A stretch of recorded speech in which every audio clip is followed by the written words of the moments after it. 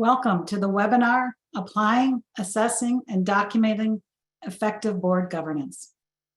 As a reminder, closed captioning is available through your Zoom menu bar, and ASL interpreters are also participating. You can click the interpretation button on your Zoom toolbar and select ASL to populate the interpreter in a separate window, or they can be pinned within your Zoom window.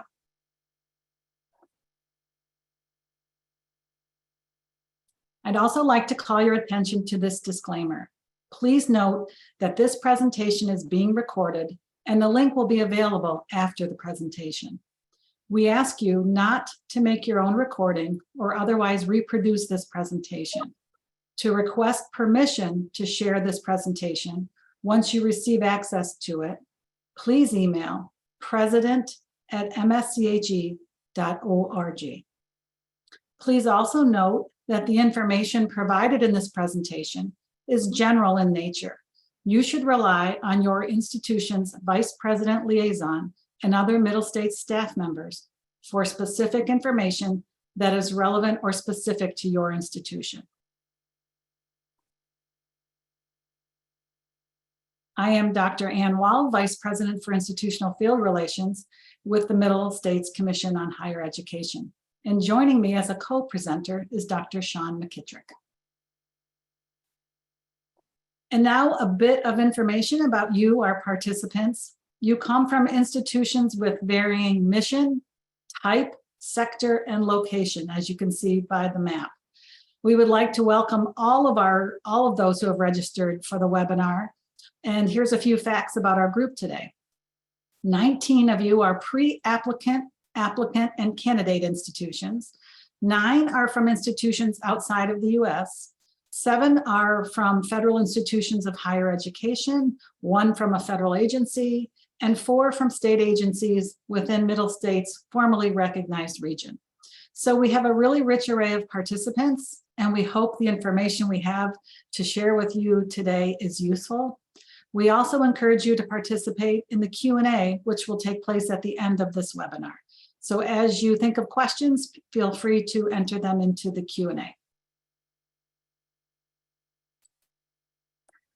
So to kick us off, I want to talk a little bit about our outcomes for today's webinar. The outcomes are designed not only to review commission expectations, but also to identify patterns of board behaviors associated with effective board governance. These patterns are highly informed by a review of best practices and common practices across sectors, business, not-for-profit, government, etc. We hope you will be able to recognize these aspects of effective boards in your own institution. In today's webinar, we will first discuss the goals, attitudes, and expectations boards and their members should possess or employ when engaging in their oversight duties of higher education institutions. We will also discuss and apply 3 duties of board governance and how they're related to commission-informed practices at institutions. Then we will discuss the importance of diversity in experience and background in order to bring multiple perspectives to board governance and to add the natural value of such diversity to the board's oversight function at our institutions. We will then shift to more specific issues having to do with board governance, particularly when it comes to employing specific board assessment methods and evidence inventory or documentation strategies in these areas. And throughout this presentation, we will share some strategies or approaches that you might consider using in your own self-study efforts or your own work with board members. Our hope is that these will be useful to you through self-study or for working with boards at your institutions. And again, a reminder that we'll have time at the end of the webinar for Q&A.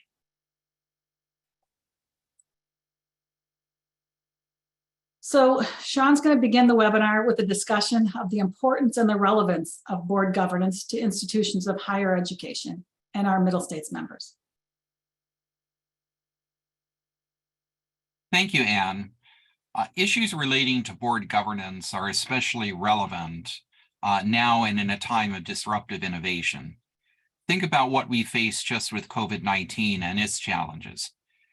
Most of the problems associated with board governance have to do with inattentiveness to their role on one end of the spectrum to over-involvement and getting involved in the day-to-day activities of an institution. And while the vast majority of cases of boards play a role within appropriate parameters, what we call operating at the 30,000 foot level, outside the higher education sector, businesses also have been rocked by various scandals having to do with actions or lack of actions, such as the Theranos scandal, where several board directors served by virtue of their prominence, but not so much by their knowledge of the biomedical field.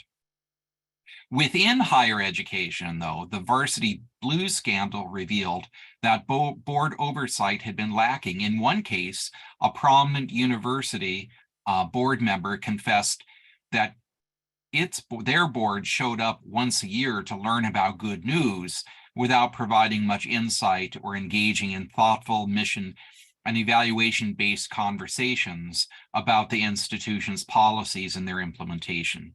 It was also not clear that they were ever notified when the scandal began to emerge. Now, there are many examples of boards that regularly and effectively provide oversight, advocate for the institution, and ensure that students are well served. But as Anne has said, one of the purposes of this webinar is to focus on commission expectations as they apply to us. And although we hope the statements in these slides do not reflect common practice, they represent comments board members have made in the past as witnessed by commission staff and evaluators. These comments by board members are not representative of all institutions, but when they are uttered, they reveal serious issues and at least what the Association of Governing Boards would call duty of care.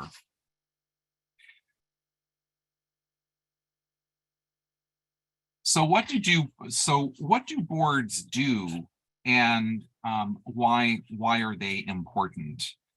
Well, on this slide, as you might be able to tell, they really focus on ensuring in the integrity of mission. They oversee strategic planning and risk and reputational management strategies. They guard academic quality, overall institutional autonomy and academic freedom. They protect the fiscal integrity of an institution and select and support and evaluate the chief executive officer.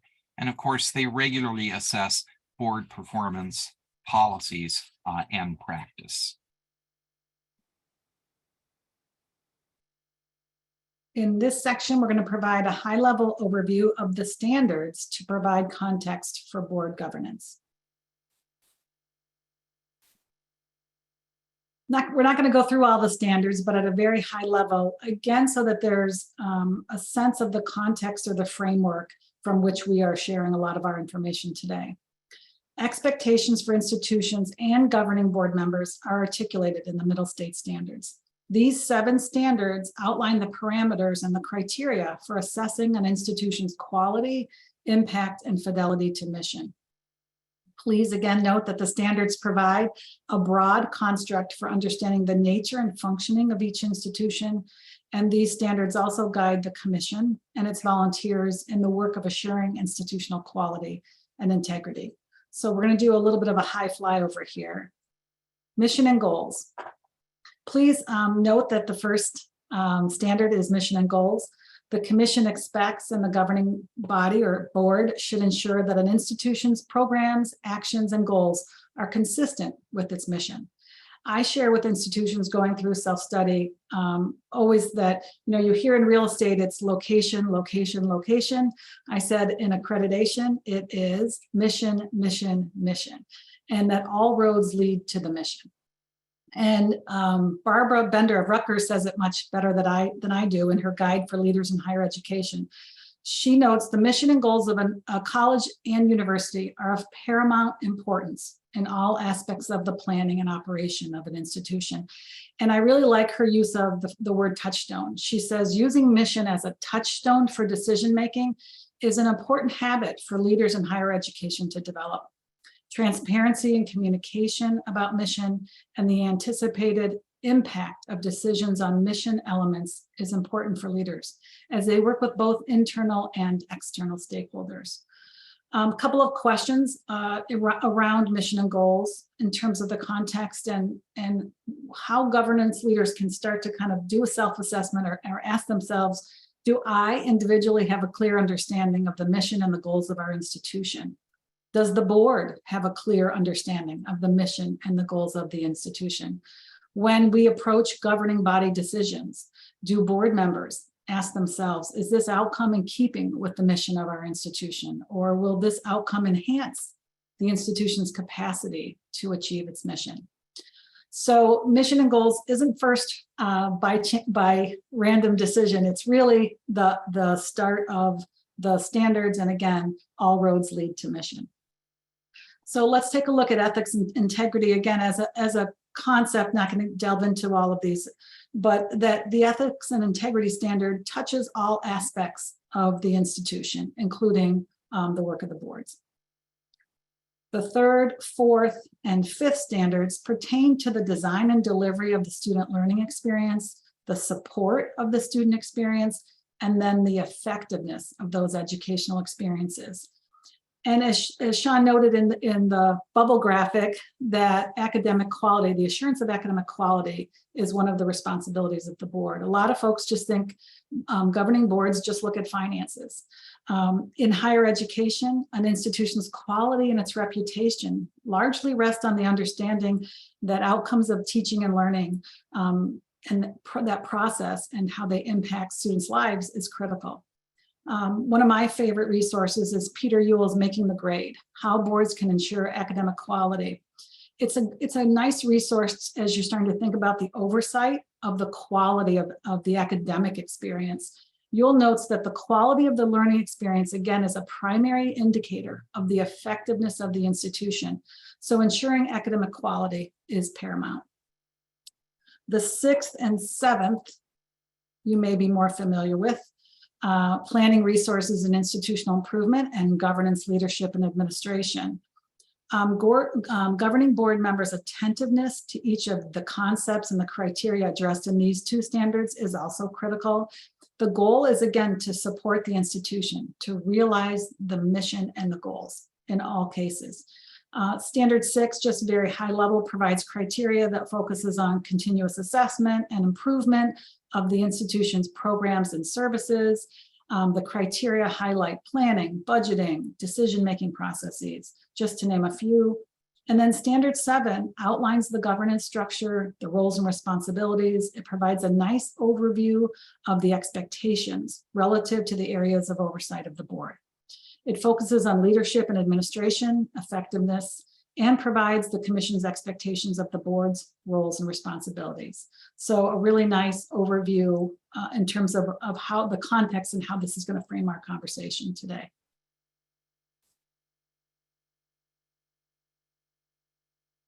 On this slide, you can see we posed a couple questions from a governing board member perspective for each of the standards. So again, primarily boards deal with Standard 6 and Standard 7, which are also aligned to Standard 1. But this notion of quality assurance for the academic experience really focus on 3, 4, and 5. So there are some samples questions. For example, let's take a look at Standard 5. What is the quality of student learning across the institution and for all academic programs? Boards also tend to have committees, academic affairs committees, student affairs committees, financial committees.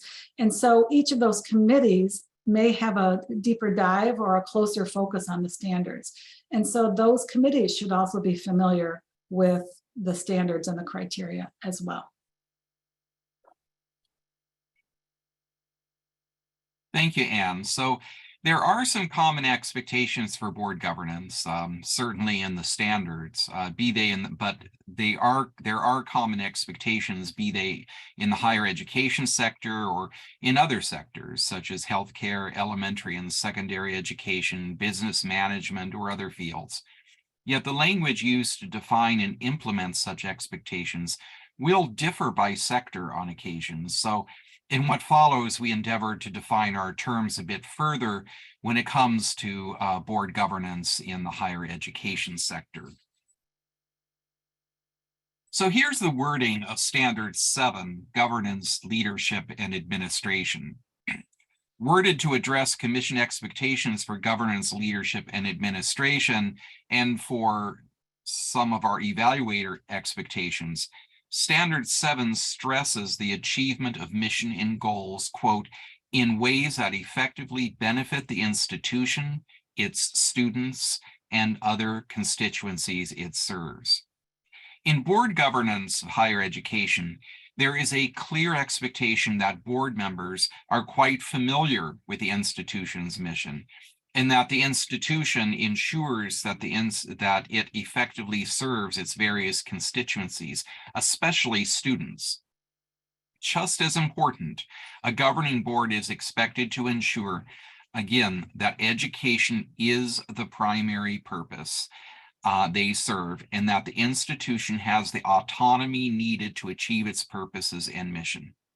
The wording of the standard also emphasizes important areas specific to resources and anticipated outcomes, including attentiveness to strategic planning, to student learning, and to fiduciary oversight, among others. At a minimum, the Commission's board governance expectations, 1/3 of all of Standard 7, addresses 7 areas of emphasis that remain essentially unchanged in the new version of the standards. So here's an overall graphic of these 7 areas. First, boards should articulate clearly what their responsibilities are in bylaws and other documents. 2, they should hold themselves accountable to the achievement of institutional mission. 3, they should ensure that they are appropriately autonomous from external influences and even threats. 4, they must provide appropriate oversight, meaning that they do not interfere in the day-to-day operations of the institution and the chief executive officer's rightful role to run the institution. 5, they are informed by principles of good governance, meaning that board activities and oversight are consonant with higher education expectations. 6, the board expects board members to disclose conflicts of interest and actively seeks to identify and resolve such conflicts. And 7, the board engages in periodic assessment of its own effectiveness for the good of the institution. So what follows, we'll review these one by one. The first of these is a clear articulation of responsibilities. For the purpose of documenting and evaluating an institution's compliance with commission governance expectations, this cannot be stressed enough. It is important to provide information that clearly articulates board responsibilities. Oops. And this can sometimes be a challenge. It is a good idea to first acknowledge that evaluators, commissioners, and others tasked with evaluating institutions do not work at our institutions, and there are many different governance arrangements, so clarity is very important. But there must be a clear articulation of reporting lines, relationships with related entities, financial relationships, and interdependencies. In my own experience working with institutions on governance, again, clarity in bylaws, a clear articulation of financial relationships, and clear reporting lines and affiliations are important, along with clear descriptions or evidence-based narratives. Clearly articulating these relationships, or the relationships involving related entities to the board, is vital, as is indicating any boundaries that exist between a related entity and a board. Financial responsibilities that may or may not relate to financial autonomy of an institution can be important as well. It includes clearly articulating relationships to any and all related entities of significant financial relationships and major reporting lines and affiliations. Bylaws should certainly be clear regarding essential relationships. For our purposes today, for relationships between entities above it and organizations below a board, clarity of these relationships within bylaws, evidence in accreditation readiness reports and evidence inventories, and in discussion with evaluators. These are all key to success when documenting compliance with commission expectations. Faculty are also empowered to engage in academic matters. Institutions seeking to disclose, document, and explain the role of related entities might consider adopting procedures for ensuring there is a clear mechanism for the transfer of funds, which could include limitations on the drawdown of institutional revenues in excess of expenses. As always, while these are important considerations, there are many varying related entity relationships, but it could be helpful to refer to the Commission's related entity policy and related entity procedures. You should also access the Commission's related entities required disclosures and certification statement, all available on the Commission website, as noted on this slide. Second, a well-functioning board keeps itself accountable so the institution can achieve its mission. Just as Middle States has articulated its expectations for accredited institutions, it is imperative that governing board members hold themselves and the institution they guide accountable for achieving their mission and goals, as it relates both to Standard 7 and to Standard 1. Boards should be aware of and provide regular feedback and guidance on the institution's student achievement measures. For many institutions, this means boards should be informed about graduation rates, retention rates, and where appropriate to mission, transfer out and job placement rates. And in the spirit of the newly revised standards, disaggregation of this information into subpopulations where appropriate. To fulfill their fiduciary responsibilities and to successfully fulfill their duty of care, boards should regularly be informed about the status of student learning, providing guidance where appropriate. I'd like now to turn this over to Anne, who can share more with us about expectations as they relate to governance.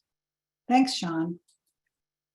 It's important that governing boards feature appropriate autonomy. While we recognize that many of our member institutions differ in many ways regarding their governing board expectations, there are some common expectations.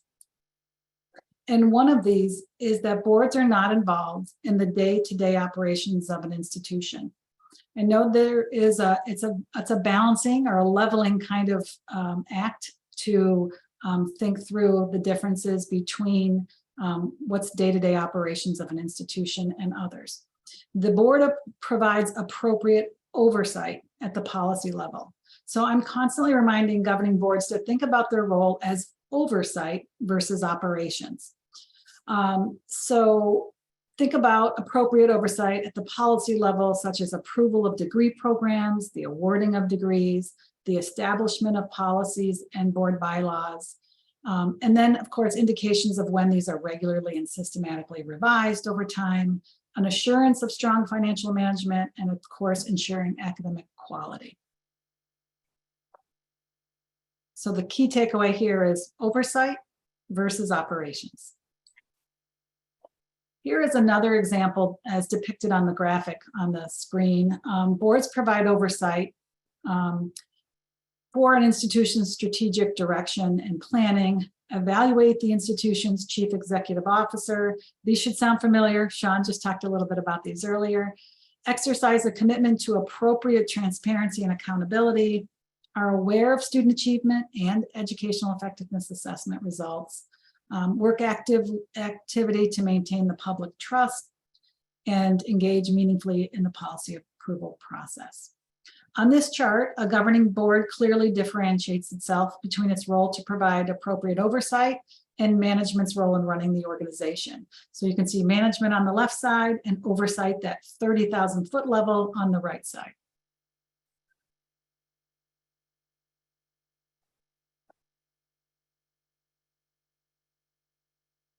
What's really important here, and Sean had mentioned earlier, is this notion of clarity.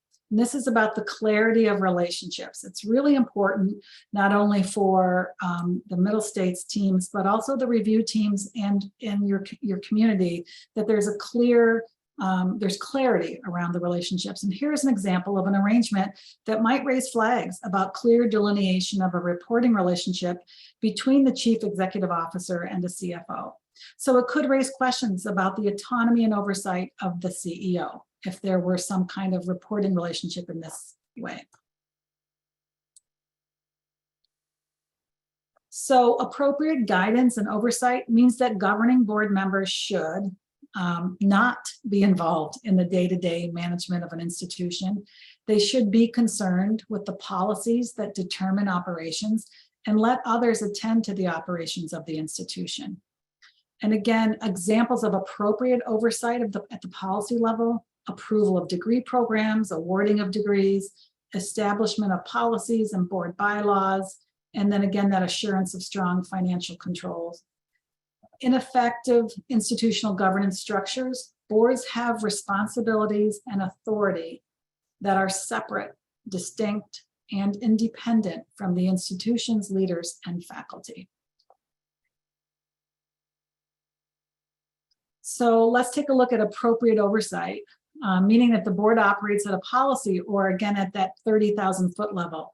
As this graphic suggests, there is an interplay, or kind of there's a balance, right, between board and management roles, and a clear articulation of responsibilities between board and management therefore enables an institution to best achieve its mission and goals. So you can see the board's roles on the left and the management roles on the right. For example, the board, as Sean noted again, they select, they evaluate, and they support the CEO. The management's roles, they run the organization, keep the board educated, and seek the board's counsel. And so you can see the kind of the comparison, that interplay, the connections throughout that, the rest of the slide.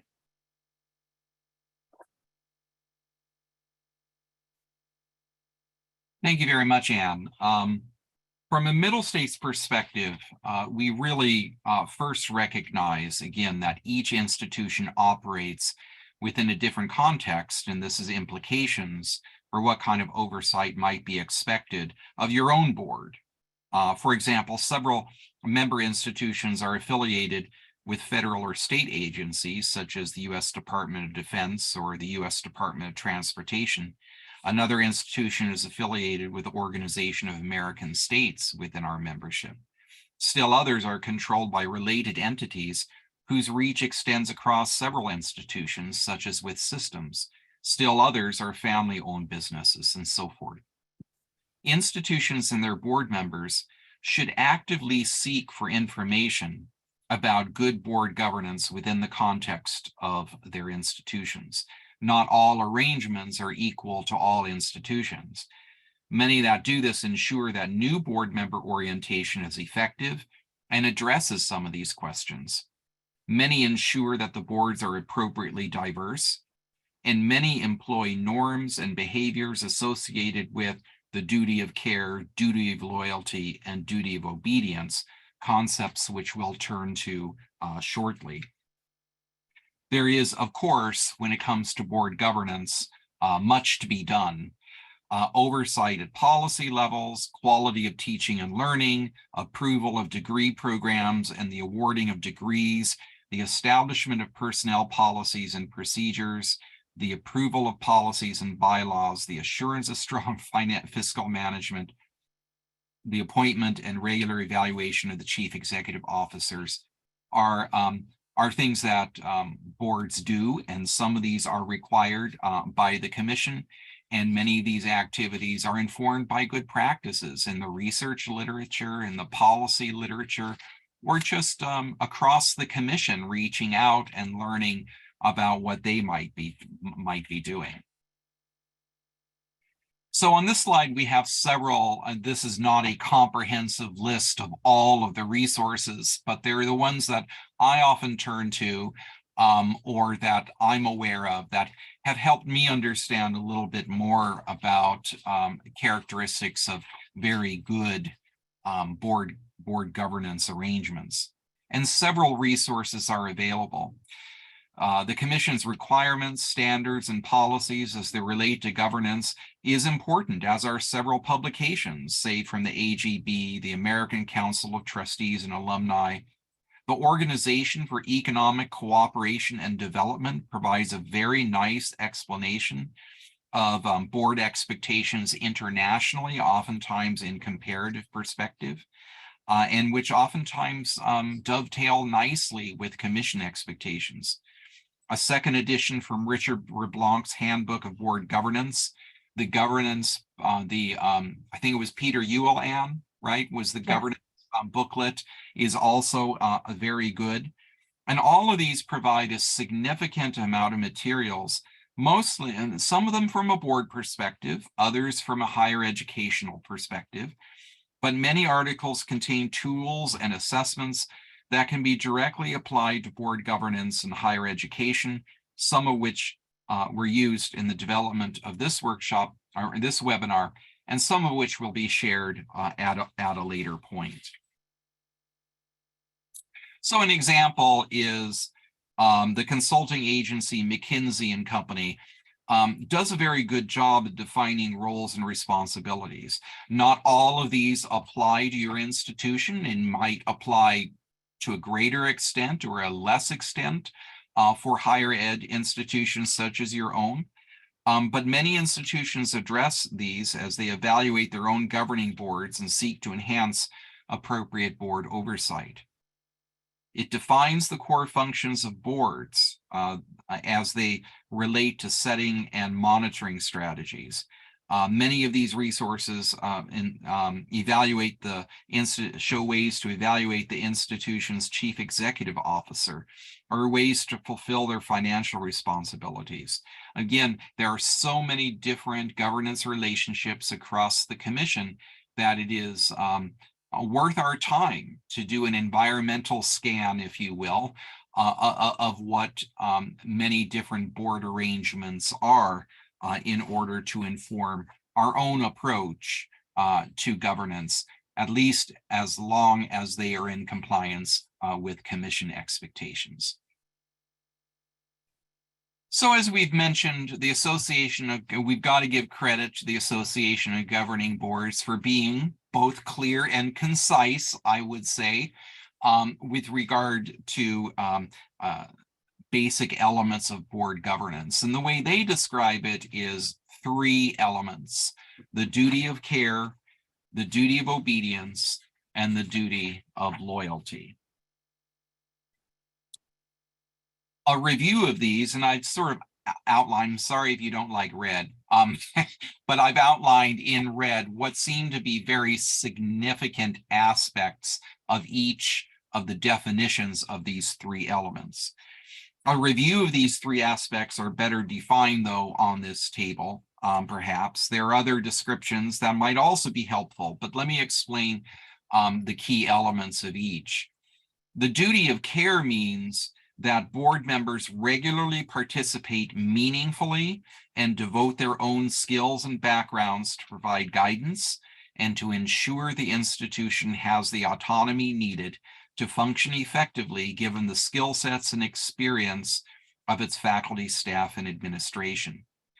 The duty of loyalty means that board members devote their undivided allegiance to the institution and actively avoid any conflicts of interest, real or apparent, actively monitoring for those potential conflicts.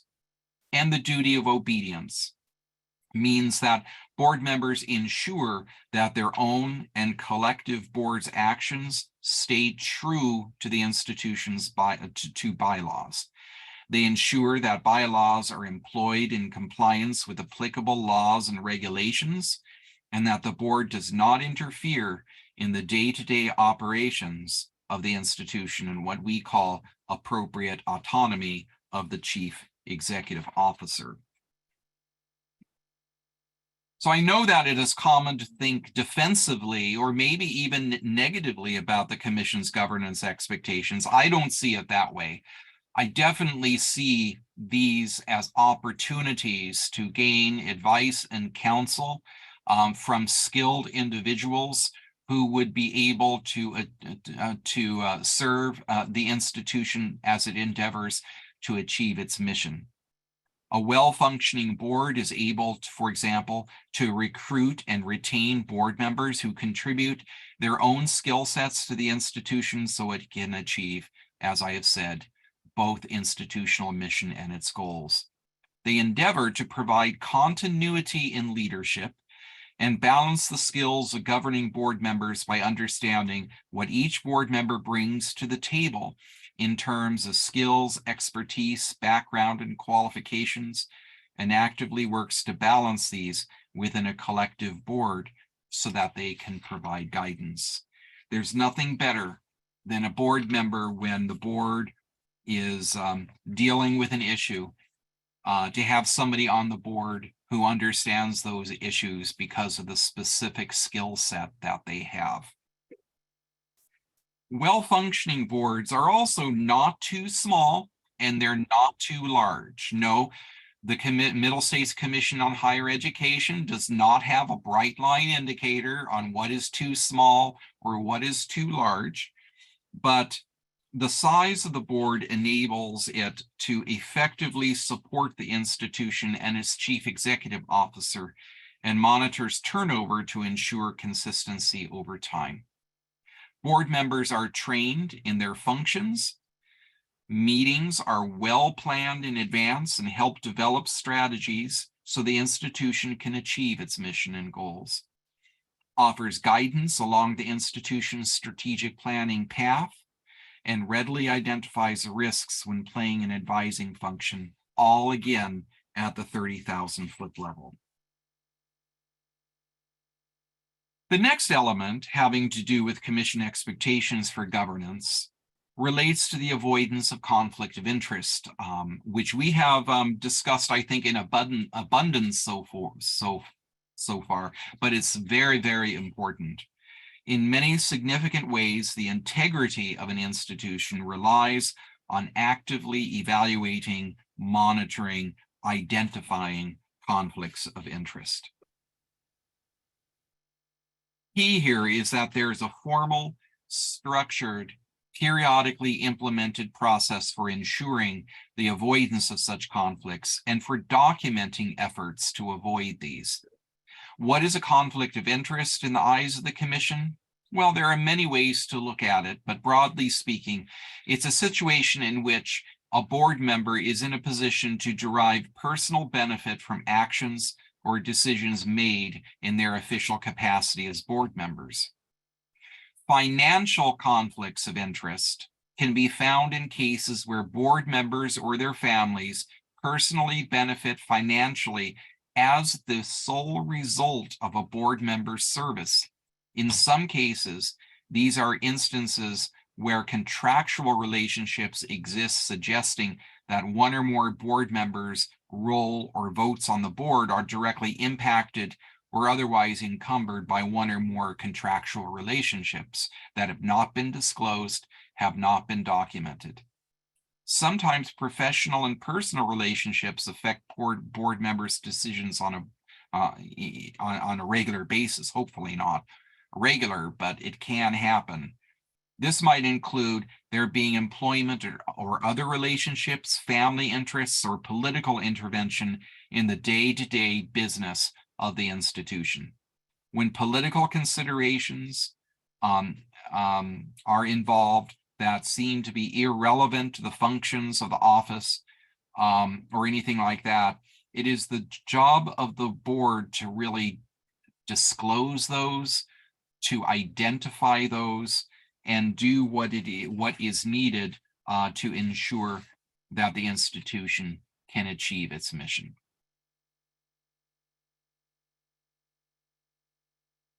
So now is for the fun part.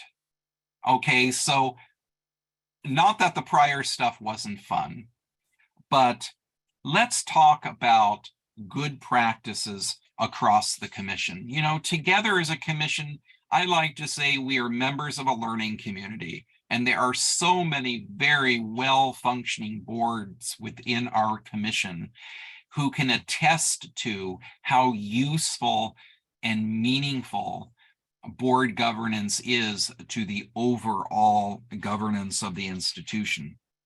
There are common expectations, of course, for board governance, be it in the higher education sector or in other sectors, healthcare, and so forth.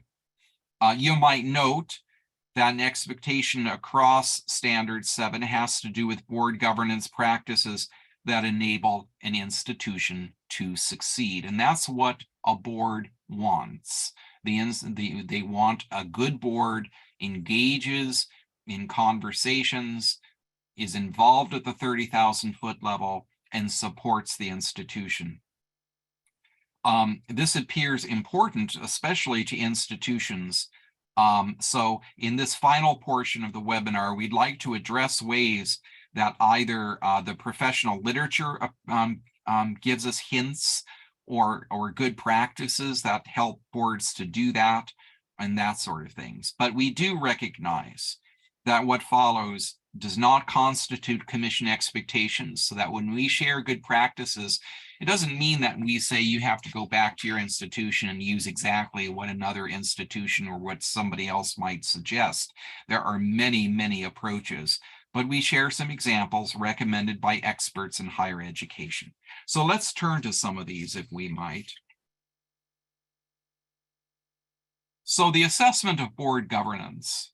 A review of practical examples used by some institutions nationwide indicates a wider range of assessments used to evaluate institutional compliance with institutional accreditation agencies.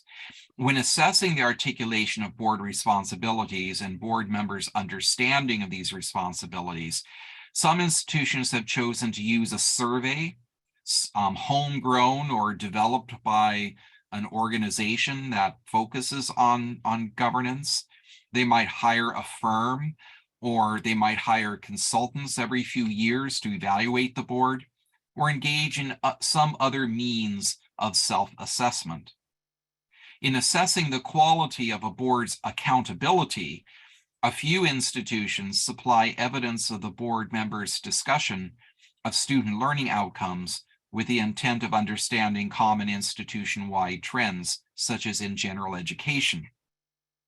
In assessing, many institutions supply the institution's financial audit, particularly if that audit contains information about how the board reviews the audit information, or if that audit is used as documentation to outline existing relationships that might be important during the review. You'll notice here on this slide several examples of evaluation methods used across the commission as revealed in self-studies and in other practices.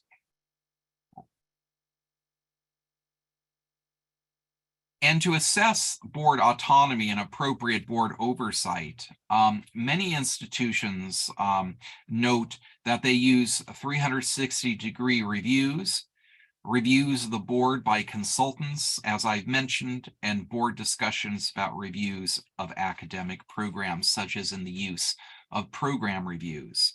Oftentimes, they'll also look at the results of policy reviews, or engage in policy review, or reach out to an institution and ask about the approval process and whether it's working. There's always evidence of assessing throughout the commission, and these methods seem to be particularly useful to some institutions.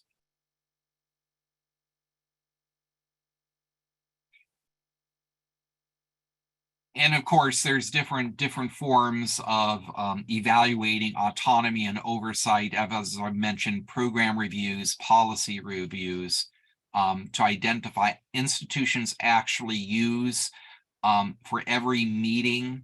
They'll have a sheet of paper where institutions are members of a board are expected to identify conflicts of interest. And those sorts of things so that they can report those should that be needful over time.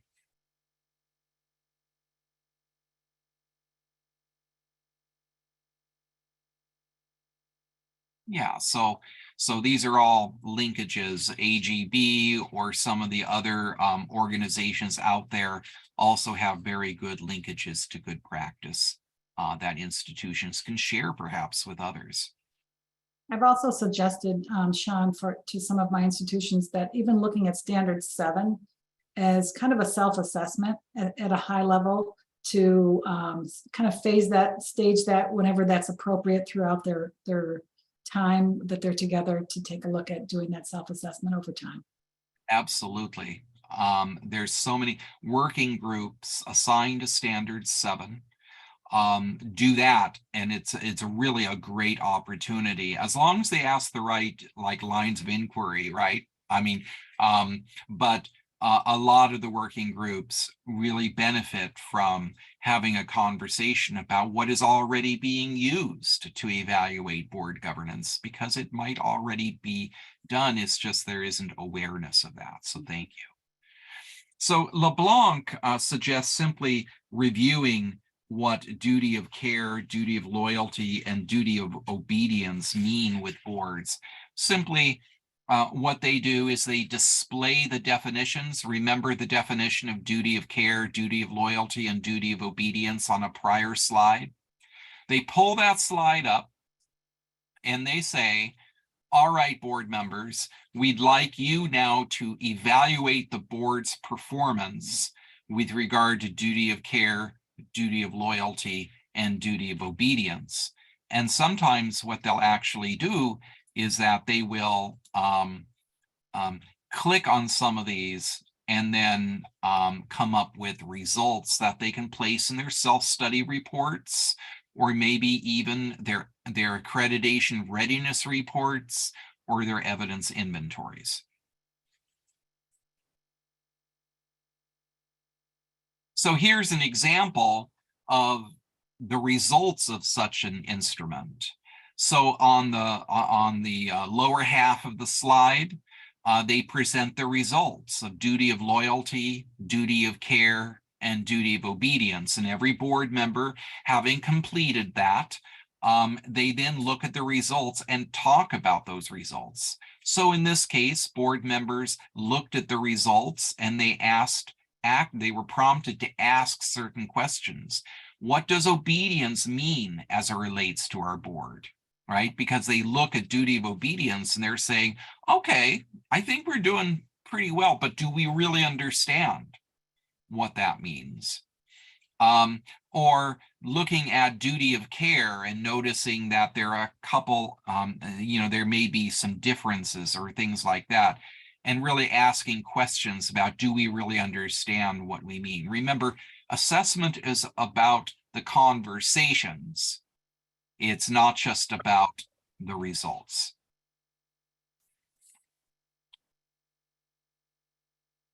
And so in this case, an institution employing that sort of approach, write it up in a report, or in this case, in a chapter in their self-study report, assuming a standards-based design.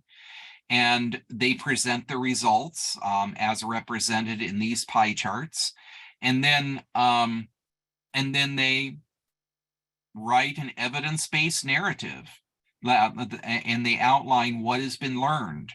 And as a result of that, whether it's good or not so good, what have they done as a result of this conversation? And hopefully over time, 3 to 5 years or something like this, having done this year over year or every couple of years, they're able to document and engage in an evidence-based narrative so the institution can write a narrative that's helpful to them in making recommendations or identifying areas of improvement or innovation, and also having a discussion about how governance can improve over time. In this example, what happens is the purpose is to evaluate the culture of the board with regard to several expectations. So in the first column of this survey, they ask about, do we really feel that we engage in independent, informed judgment? To what extent do we feel that we are fulfilling what is sort of what board expectations are with regard to integrity or mission-centeredness or commitment? And they produce this graph and they place it in their self-study, or they simply discuss it once a year to see if there are any strengths and weaknesses that they feel they should talk about. Again, it's not just about the results, but it's also about the conversation. In other words, the use of assessment to improve board governance. And I just want to stress the documentation of those conversations is critical. Say there are 3 priorities that emerge from that should be well articulated in your narrative. And can you imagine putting the survey instrument over, like as a cover page to the board culture responses in an evidence inventory, and then using this in a self-study document, how powerful that can be as evaluators endeavor to confirm compliance with commission expectations and to affirm some of the narrative that is found in the self-study. It can be very nice. And so again, they could do that, and they can put the results in a standard 7 workup, or even in an evidence inventory, or in an accreditation readiness report, and then use that to both document compliance, but also how to show the results to continuously improve.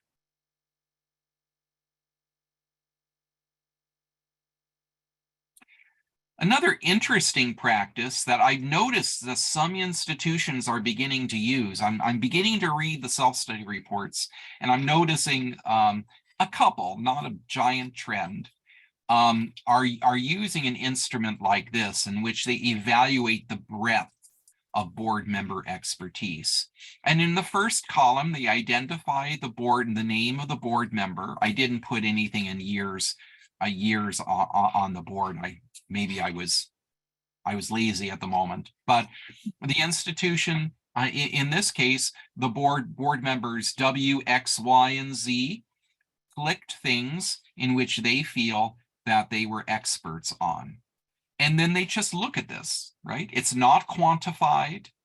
This is where it could be very helpful to smaller institutions, or to institutions that really want to find a non-quantifiable way to evaluate board governance. But notice here, there's one column in particular that nobody checked a box, right?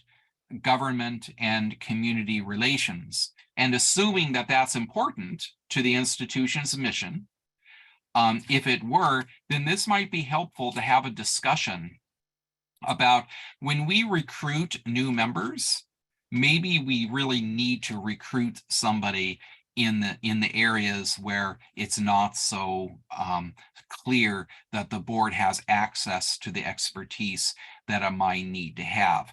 By the way, this is also very helpful in documenting diversity, equity, inclusion, and belonging.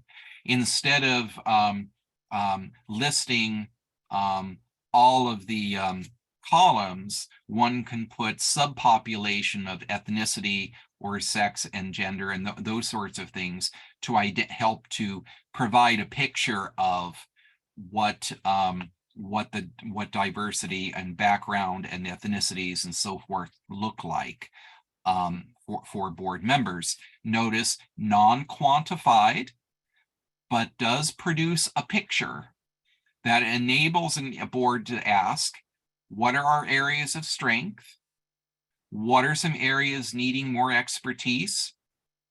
To answer the question, is there ample coverage in the areas we feel are important? And is coverage supportive of the institution's goals and objectives?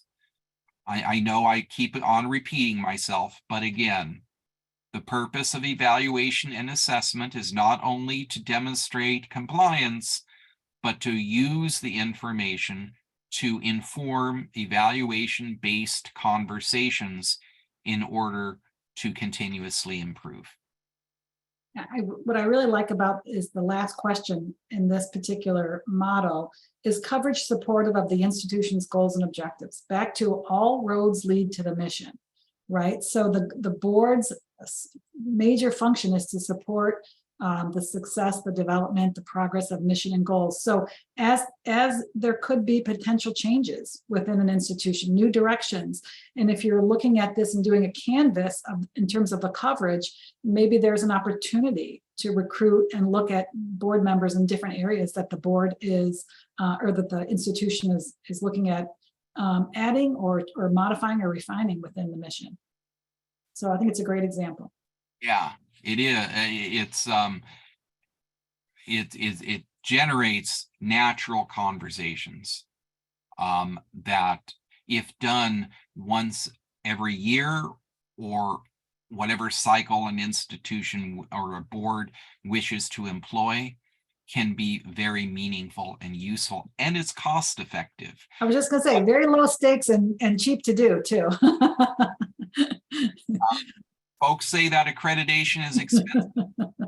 Ways to use organic approaches to do perhaps what an organization or person might do this for you, but they can be very expensive as well. Not to say you shouldn't use consultants or anything of that sort, but this does produce a picture. So in the next slide, here isn't just a picture of what it might look like, right? So if you were writing up something on governance, leadership, and administration, and you wanted to address the question of good practice, meaning diversity, equity, and inclusion, because that is an element within the new standard, the revised standards, or a board wants to evaluate the quality or the extent of expertise, you can do you can put it in the self-study and write in an evaluation draft, or you can put this in your evidence inventory or your accreditation readiness reports, wherever you are in the process.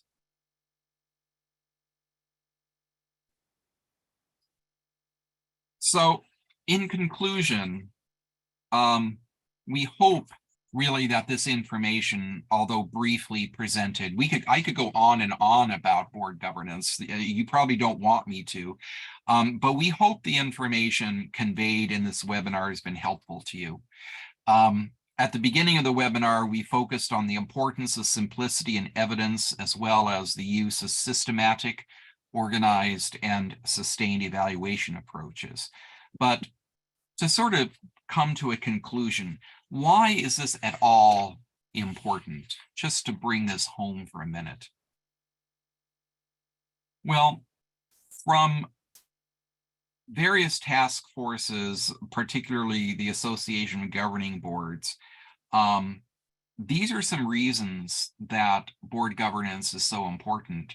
This is why it is important to work with your accrediting agency, why it is important to regularly evaluate, that your board self-evaluates in a way that is meaningful and useful to them. Boards can lead to a restoration of public trust in higher ed. One only need read the newspapers or read Chronicle of Higher Education to know that for some reason there's less of a public trust in higher education. I like to think there is no lack of public trust in the institutions accredited by middle states, but it's important to know that the board can lead the charge in in trying to restore public trust. That the board plays a role as an important in focusing on institutional fiduciary duties. It can give meaningful information to the chief executive officer and others. It can lead to the meaningful and effective recruitment of board members.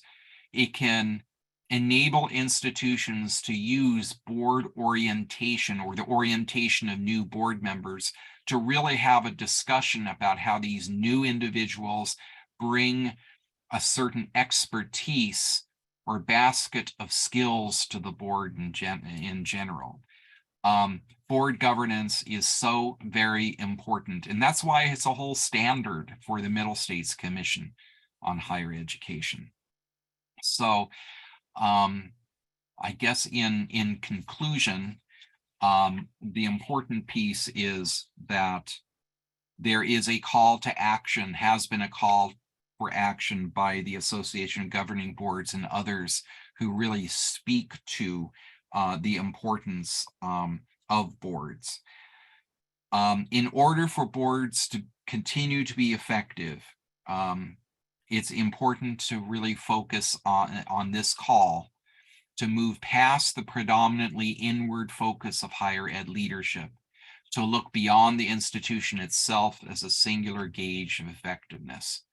The success of higher education is vital to our country's future. Leadership for improved performance has never been more important, and boards are going to continue to be an important part of this conversation. Thank you. Shout out to our annual conference that's being held again in Philadelphia in person, December 4th through 6th. And the Middle States Commission on Higher Education is still accepting proposals for student posters, which was a great success last year. And our theme is setting the standard, transformation through accreditation. So we would love to either see you there, or you have some representation in terms of presenting from your institution. Sean and I will both be there. We did a presentation together last year. We're not sure what we're doing yet this year, right, Sean? Oh yeah, but we will. We will. And then, as always, you can follow us. Here are some examples. And we really would like to thank you for joining us today. It was a great turnout, and we appreciate your time and look forward to working with you in the future. Bye-bye, everyone. Take care.